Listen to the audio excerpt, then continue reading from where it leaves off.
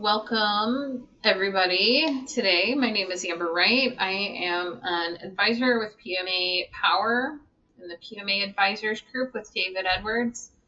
And I want to give a presentation today about what private member associations are all about.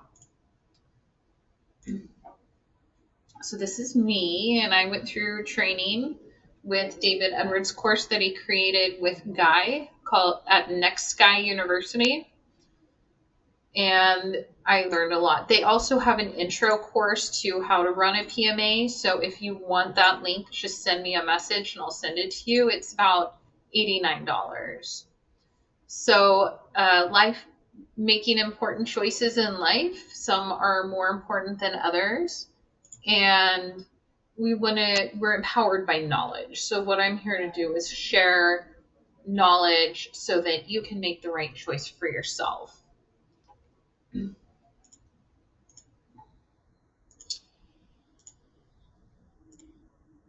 Okay, so to understand PMAs, we need to understand the hierarchy of laws in America. We have scriptural authority. Our Constitution was written partly of, texts that go back to 700-800 years before that. But what we had in America before we had our Constitution, what we refer to as common law, a lot of that is based off of guidelines in the Bible and the Ten Commandments, and so scriptural authority of how to live and how to be amongst one another is what was originally there. So this includes God's law and natural law. And then they created the Constitution, originally declared by the Founding Fathers, which in the Constitution there are certain things that ascribe our right to have associate with one another, and we refer to that in our founding documents. And then third in the hierarchy is statutory law written by the Bar Association. Okay, so here's the main thing to understand here is that the government has the authority to rule in the public domain, and the public domain is made up by many things in the Constitution and statutory law. So the Constitution and statutory law has authority in the public, has governmental role in their authority. And a properly formatted PMA allows a person to conduct business in the private domain. So this is where we as individuals associate with other individuals in private in a matter of private contracts, that we are not asking permission from the state to do business or to interact with one another. So we interact without government interference. That's where we have authority in our PMA. It's like we create our own government. It's like, think of it as a ministry that has its own governance system, and we're not asking the public domain permission to do our business. We are creating our own systems. It has a lot of freedom. So the government has authority in the public domain. So this has a different perspective here. So in contrast to being in the public domain, we're in the private without government interference. But I will add that it is important for us to know what these guidelines are and what it means, so that we are not unaware in a way of giving away our rights. So it's important for us to understand and stand up for ourselves, and that as an advisor is one thing that I help do. So a faith-based organization claims additional protections based on scriptural authority. Many individuals are in the nature and nature's God category, because I'm finding that a lot of people are not in a specific religion, but if they are, or if somebody can find some scripture of something that they believe in, they can create a faith-based organization. And they have that separation of church and state. Okay, so a private member association is formed by men and women who collectively stand and assert their rights to choose for themselves what products, services, or businesses they will use to live, thrive, and maintain the health and wealth in mind, body, family, and spirit. It removes the ability of local, state, and federal governments to interfere with or regulate our business. This includes removing their ability to demand that they require us to have a license to conduct our private business. So this is a great way to think of it. Think of a private member association as your private home. The business conducted among family members within the walls of your home is private business unless you're obviously about to commit serious harm or create a substantial evil. So it's like offering to have a friend over for tea. They come over for tea, and there's nobody leaning over us saying what kind of tea she can get or not. It's a really basic example, but in terms of, for example, a chiropractor I was speaking with, there's certain words that they cannot use, like cure, prevent, treat, and when you're in the private domain interacting with them, interacting with a client, you can use whatever words you want. You don't have anyone breathing down your neck. Okay, so there's various types of PMAs.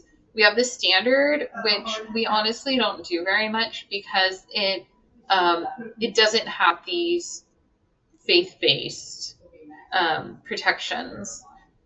However, if you think of the Texas drinking clubs that stayed open during the Prohibition, they were standard PMAs. There's like health clubs or like exercise clubs that are standard membership associations. And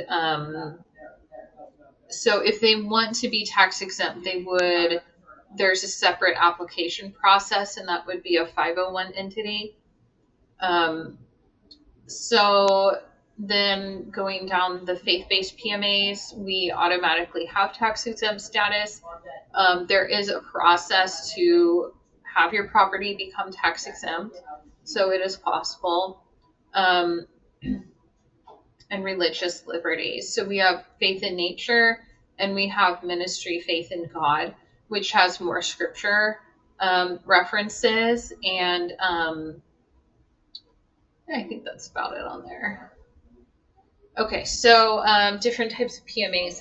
They've been around a long, long time. I heard about PMA in London that has 11 acres that the police have to ask permission to go and patrol through there.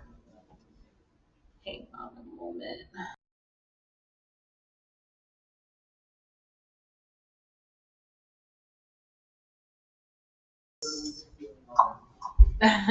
Okay, so faith-based organizations such as churches and ministries.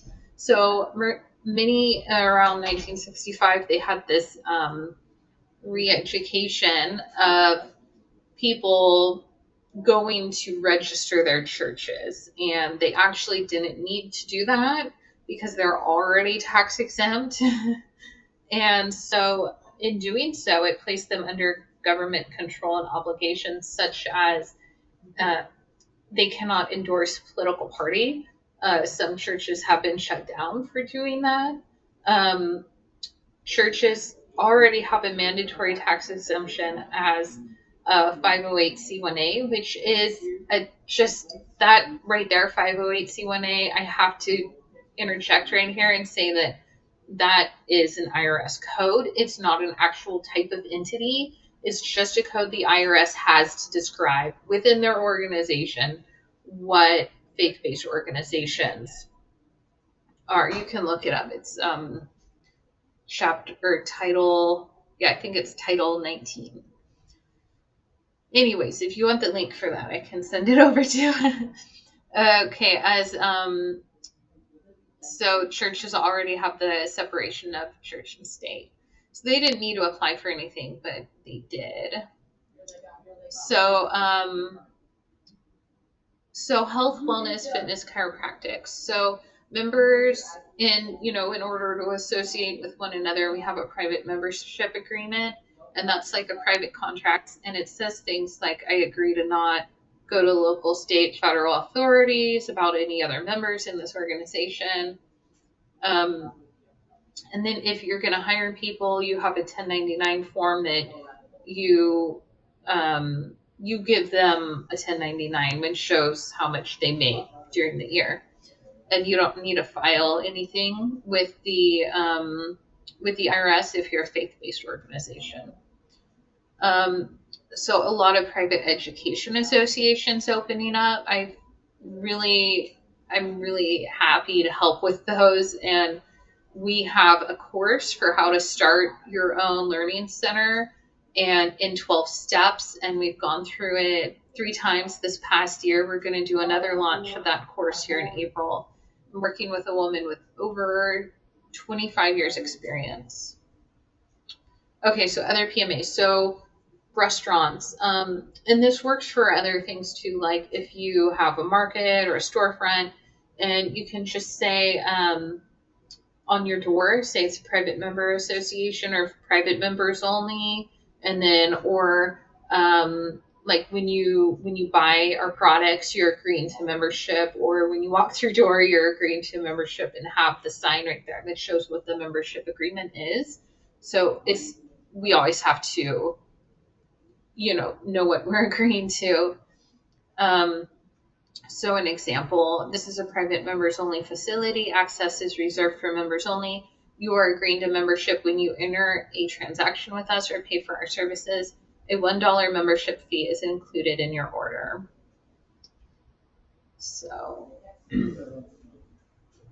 So here's the standard. This is a breakdown of a lot of things I already said. No government jurisdiction. You get to create your own governance system inside of your PMA. Um, tax exempt if granted by the IRS. Speak with a CPA about that. EIN category would be a 501A for banking purposes only. And if you are hiring, you give the contractors a 1099 for their own income reporting. Okay, private health association. It functions in the private and not in the public. Therefore, it has no obligation to or immunity from public laws and regulations, including local, state, and federal, including the FDA. The exception is an obvious danger of harm and substantial evil. The provider can have dual public and private function. Talk about that for a second, because you would basically, if you have a public practice and a private practice, you can hire the private practice and create a contract there and hire the private practice to actually do the work. And then the public practice can bill insurance, and it can, get order supplies, like if you need to have certain supplies through your license. Um, Malpractice insurance may not be needed if it's fully in private, right? And however, many people, and like we for our events, we get insurance, like trip and fall insurance. So you can do that too as a private association. Um, so faith-based FBO is faith-based organization. Um, the EIN category, again, this is just a code, is that it's 508C1A for banking purposes. Issue contractors a 1099. Mandatory tax exempt and reporting exempt. No employees. We have ministers and contractors. So, if we had employees, we'd get into the I-9 stuff, and then we'd have to file with the state. That's not what we do. We can issue tax deductible receipts for donors. We have some nice templates and guidelines for doing that. So yeah, that means that when exchanges happen, you can provide, or when you get a donation, some people use that for services. However, it is a little bit debatable, but there is, check in with yourself to see if that's the right thing to do with some things. Property can be held tax-free in the name of trustees of ABC Association and their successors. And I will add that I've been learning a lot about trust lately, and I look forward to learning more soon too. And it's a deep topic, lots to learn, but I believe that you can have the PMA is with the members and the people who associate with each other, and then you can have a trust, which the assets of the PMA can be held in the trust. So, hello, thank you for joining. I'm going to mute you until I'm done with the presentation here in about 10 minutes. Thank you for joining. Okay, so private education associations. Parents, it goes back to parents have a fundamental right to educate their children. There are certain case laws here listed that'll help explain that right a little more. We do not have to follow state or homeschool regulations. Within, like, for instance, a ministry can have a school, and that's a private education association. Use 1099s for the contractors, for the educators, and then have the parents send a letter of intent to the school. We hereby relieve you of all responsibility for the education of our children. Hereby, we are assuming in full. It's basically like an intent to homeschool letter. I've seen those too. And another thing is that in homeschool or private education associations, you would issue a homeschool diploma. First Amendment. Okay, so constitutional principles that validate PMAs. We have the First Amendment guarantees freedom of speech and right of assembly. Fourth Amendment guarantees freedom of unreasonable searches and seizures.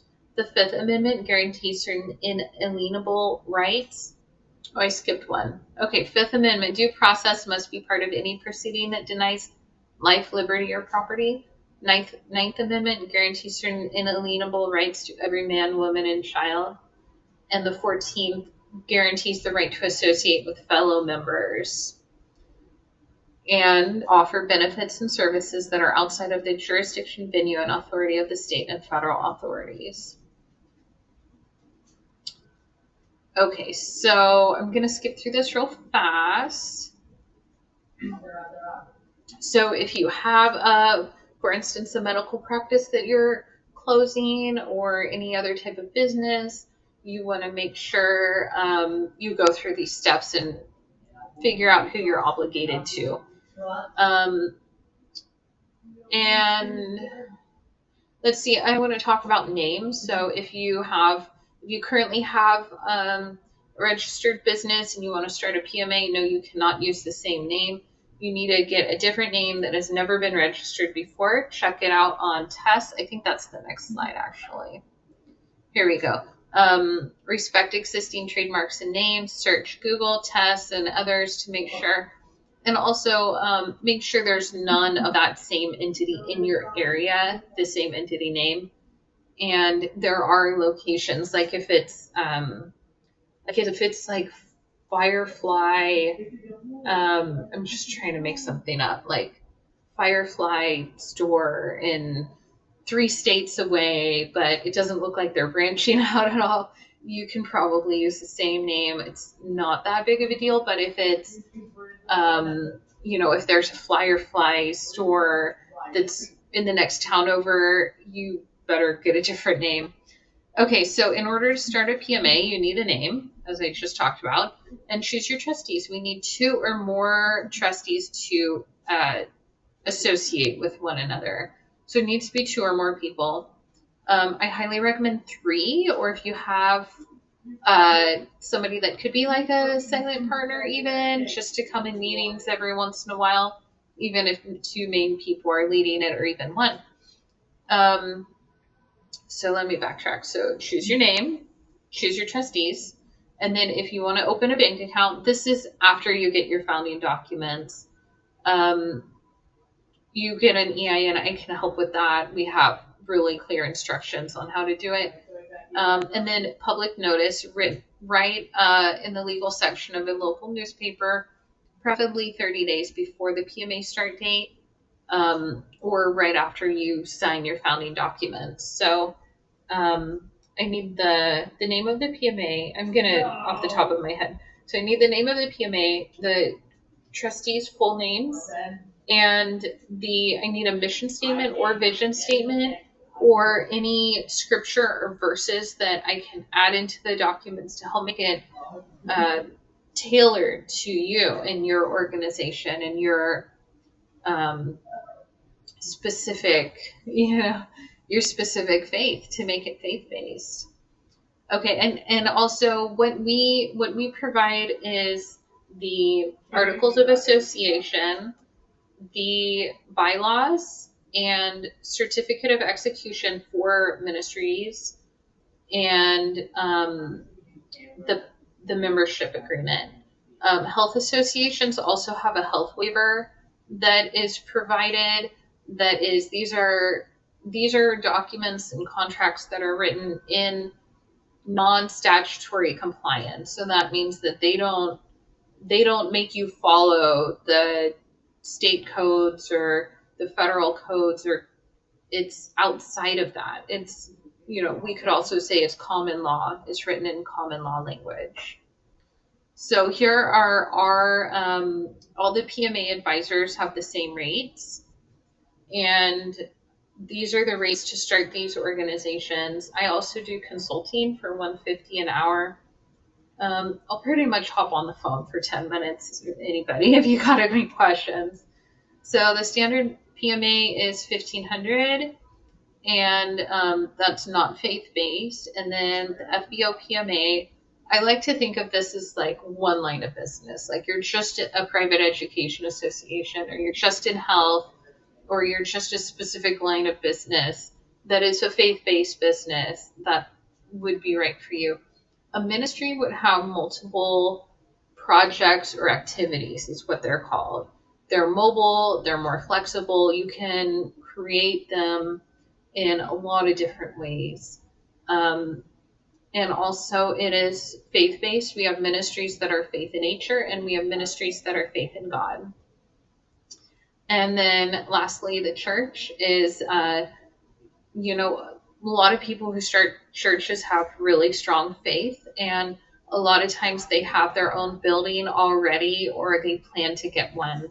So I would recommend that for somebody that wants to start a really solid church.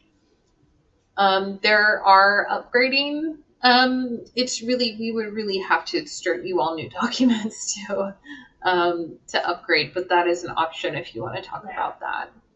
So yes, I like to provide the documents back within a week of getting payment and all the needed details, like the name and your name, and um,